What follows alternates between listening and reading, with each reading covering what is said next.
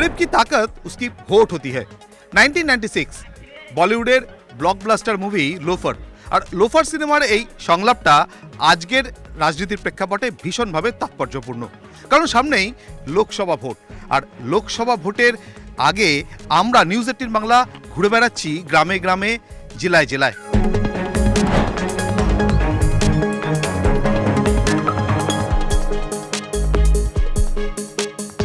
এই মুহূর্তে নেতা নয় জনতা নিয়ে চলে এসেছি বীরভূম কেন্দ্রে।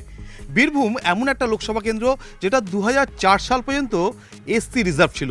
2009 থেকে এই লোকসভা কেন্দ্র ফ্রি লোকসভা কেন্দ্র হয়ে যায়। গত লোকসভা ভোটে 88% এখানে ভোট পড়েছিল, 88% ভোট পড়েছিল এবং এই কেন্দ্র থেকে জয়ী হয়েছিলেন তৃণমূল কংগ্রেসের শতাব্দী রায়।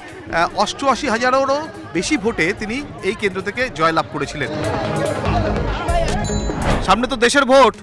আমাদের এখানে সব থেকে সমস্যা হচ্ছে জলের। জল আমরা কোনোদিনই পাচ্ছি না, কল আছে জল নাই। অথচ নেতাদিকে বলছি, নেতারা বলছে এখন আমাদেরকে সরকার টাকা দিচ্ছে না, কিন্তু টাকা না দিতে আমরা জলের ভুক্তভোগী বেশি, জল আমরা পাচ্ছি না। আর এধার যে সরকার যে কলগুলো দিয়েছে এগুলোতেও জল পাচ্ছি না। দুদিন আগে নিয়ে এলো, এসে একটু দেখিয়ে দিলেন, জব কার্ড দেখিয়ে আপনাদের ফটো করে নিয়ে চলে গেল, বাস ওই ওরাও চলে গেল, আমাদের জল হারিয়ে গেল। না, এটা তো দেশের ভোট, এটা দেশের ভোট। তো এখানে যে যিনি সাংসদ, যিনি এমপি, তাকে দেখতে পান? ওই যখন ভোট আসে তখন একবার দেখতে পাই, তাছাড়া আর দেখতে পাই না। তার আগে আর দর্শন নাই। এখন এবার আসবে, এবার এই ভোট আসছে, এবার আসবে। এমপি ল্যাডের টাকা, এমপি সাংসদ তহবিলের টাকা, সেই টাকা আপনাদের এখানে খরচ হয় না? হয় না? ও নেতারাই জানে হয় কি না হয়, তা কি করে তো ওরাই জানে, আমাদের কাউকে দর্শন দেয় না, জানিও নেওয়া।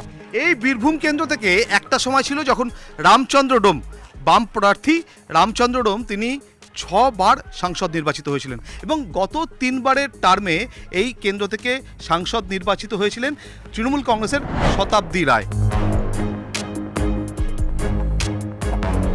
আপনাকে জিজ্ঞেস করবো, এমপিকে দেখতে পান?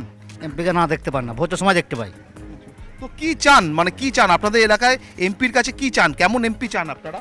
আমরা উন্নয়ন চাই, ভালো কাজ চাই, তাহলে যেই পার্টির এমপি হোক না, উন্নয়ন চাই আমরা। এই যে গ্যাসের দাম কমলো, সেটা কি আপনাদের কোনোভাবে আপনাদের সাহায্য করছে বা কোনোভাবে আপনারা উপকারী হলেন? না, কোনো উপকার হয়নি। এমপি ল্যাডের টাকা, সাংসদ তহবিলের টাকা, সেই টাকায় আপনাদের এলাকায় কোনো কাজ হয়েছে? আলো, জল, রাস্তা? না স্যার, কিছু হয়নি। বীরভূমের সাধারণ মানুষ তারা যেটা চাইছেন যে এমপি ল্যাডের টাকা, অর্থাৎ সাংসদ তহবিলের টাকা, সেই টাকা তাদের এলাকার উন্নয়নে, জল, রাস্তা, আলো, এইসবের ক্ষেত্রে বা এইসব খাতে যাতে বেশি করে ব্যয় করা হয়, বেশি করে বরাদ্দ হয়, এরকম একটা দাবি বীরভূমের মানুষজন বলছেন। এবং একই সঙ্গে সারের দাম, এখানে কৃষিভিত্তিক অনেকে উপার্জন করেন, তাদের জীবিকা কৃষি, এবং তাদের ক্ষেত্রে এই যে সারের দাম বেড়ে গেছে, সেটা তাদের ক্ষেত্রে একটা অসুবিধার কারণ। আবাস যোজনায় বাড়ি পেয়েছেন? বাড়ি পেয়ে নিখো দেয় না, কি বলে? কিছুই তো খবর পেয়ে না, কিছু কি দুবো না, কিছুই তো বলে না। সামনে তো আরেকটা ভোট, দেশের ভোট, লোকসভা ভোট, সেই ভোটে কি চান? আমরা ঘর দুইহার সবই চাই। হ্যাঁ, ঘর চাই, জল চাই, তারপরে পায়খানা দিবার লাগে সব ফটক মটক করে নিয়ে গেল, তা কিছুই দিলে না।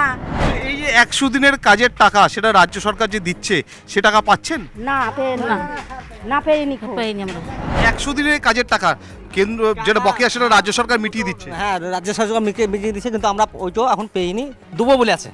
কিন্তু আমরা এখন টাকাটা পেইনি, টাকাটা পাবো বলে আছে। তো সামনে তো দেশের ভোট, লোকসভা ভোট, সেই ভোটে কি চাও, কেমন সাংসদ চাও? কেমন আমরা কী চাই, আমরা মানে এই জল থেকে এই যে যেগুলো সমস্ত কিছু, এইসব জিনিস আমরা পেলে পরে আমরা সন্তুষ্ট, তার সাথে থেকে আমরা বেশি কিছু চাই না। কিন্তু আমাদের পাইপ ভরে দিয়ে আছে, কলেই দেয়নি ঘরে। আবাস যোজনায় ঘর পেয়েছো? হ্যাঁ, আমরা ঘর পেয়েছি। 100 দিনের যে টাকা, সেটা তো রাজ্য সরকার দিয়ে দিচ্ছে, বকেয়াটা, সেটা পেয়েছেন? হ্যাঁ, এই 100 দিনের টাকা যে বকেয়া ছিল, এবার রাজ্য সরকার সেই বকেয়া মিটিয়ে দেওয়ার ব্যবস্থা করছে, তো সেটা কি, সেটা নিয়ে কি বলতে চান? হ্যাঁ, সেটা যারা ধরেন কাজ করেছে তারা টাকা পেয়েছে, আমরা কাজ করিনি, আমি পাইনি। এবার যারা কাজ করছে, যারা অ্যাকাউন্ট নাম্বার দিয়েছে, তারা টাকা সব পেয়ে গেছে। কিছু কিছু হয়তো পাইনি, তারা পেয়ে যাবে আশা করছি। এবার সাংসদের কাছ থেকে কেমন সাংসদ চান, আর সাংসদের কাছ থেকে কি আশা করেন?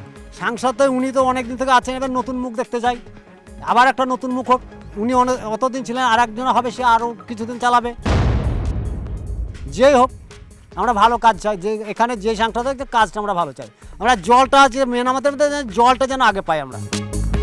এই বীরভূম কেন্দ্রের মানুষজন তারা যেটা বলছেন যে সংসদ তহবিল থেকে তারা যেটা চান, তারা এই এমপি ল্যাড থেকে সংসদ তহবিল থেকে তারা স্থানীয় রাস্তা, জল, আলো এই সম্পর্কিত কাজ চান। এই সম্পর্কিত কাজে এমপি ল্যাডের বরাদ্দ যাতে আরও বেশি করে হয় এমনই এখানকার মানুষজন দাবি করছেন।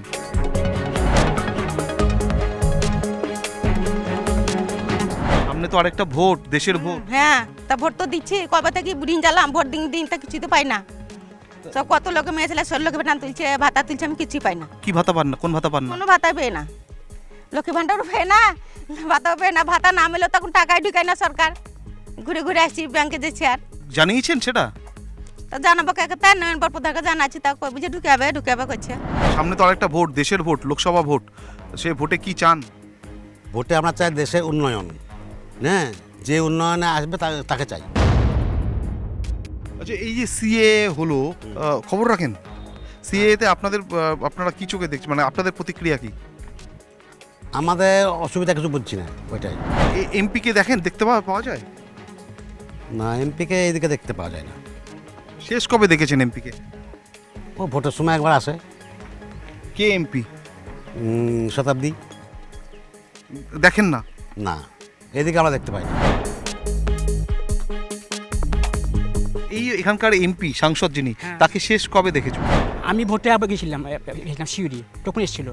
হ্যাঁ, তখন সব বক্তব্য বললে সব টাকা সব বাড়াচ্ছি, টাকা বাড়াবো, লক্ষ্য বানানো টাকা 500 টাকা 1000 করবো, এসব বলছিল। বলছিল তখন ছিলাম, মিটিং গেছিলাম তখন ওই সময়। এই আবাস যোজনায় ঘর পেয়েছো? কিচ্ছু পাইনি। আমার অবস্থা কি, যে ঘরটা প্রয়োজন মাটি ঘর পড়িয়েছে, চালের ঘর, আমি ঘর পাচ্ছি না। আমার যা দরকার নাই, পাকা বাড়ি আছে অন্তত, সে ঘর পেয়েছে। এই অবস্থায় তো বললেও কোনো লাভ নাই। হ্যাঁ, ঠিক হয় না। এই যে জিনিসপত্র এত দাম বেড়ে যাচ্ছে, সেটা কি নিয়ে কি বলবে? আমার যারা চাকরি করে তাদের উপর ভালো, যারা চাকরি তাদের ভালো, যারা গরিব মানুষ খেটে খায় তাদের খুব কষ্ট হবে। তাদের কত মায়না পাবে? 4টা পয়সা মজুরি খাচ্ছে 400 টাকা, তাহলে কী হবে? যারা মায়না পাচ্ছে আর গরিব লেখা মায়না পাচ্ছে না, যারা মানুষ খাটে, লেবার খাটে, তাদের খুব কষ্ট। এমপির কাছে কি চাও? চাই যে দেশটা যেন ভালো হোক, সবাই ভালো থাকুক। সামনে তো ভোট, দেশের ভোট, লোকসভা ভোট, তো কি চাও? কি চাইবো শুনে, চাইবে বহুত কিছুই আছে। যারা ব্যক্তিগত পাবার তারা কিন্তু পায় না, আর যারা পাবার লয় তারাই পেছে। যে সার্ভিসম্যান করছে, যারা চাকরি করছে, ঘরে 4টা চাকরি, তাদের অন্তদায়ী কার্ড। যে এই এখানকার যিনি সাংসদ, যিনি এমপি, তাকে দেখেছো? তাকে শেষ কবে দেখেছো? 5 বছর পর আসবে আবার ভোটের সময়, হাত জোর করে ভোটটা দিয়েন। মাঝখানে আর আসে না? কোনোদিন আসে না। ও ভোটের আগে একবার আবার এসেছিলো, আবার দেখা যায় ভোটের আগে আসবে একবার, হাত জোর করে গাইতে ভোটে দিয়ে। তখন ভোট দিয়ে লাভটা কি আছে? কেমন এমপি চাও? আর কি বলবো দাদা, কিছু বলার নাই। যে শুনে লঙ্কায় যে যাবে সেভাবে রাখবো। তো ভোট দেওয়ার সময় কি মাথায় রাখবে, কি মাথায় রেখে ভোট দেবে? শুনে না, ওটা তো আমার ব্যক্তিগত ব্যাপার। আমাদের রাস্তাঘাটে চলে, যেহেতু আমি গাড়িতে কাজ করি, কোন পার্টি ভালো, কোন পার্টি খারাপ আমাদের দেখতে পেয়েছি, সেই বিবেচনা করে সেই বিবেচনা ভোট দেবো।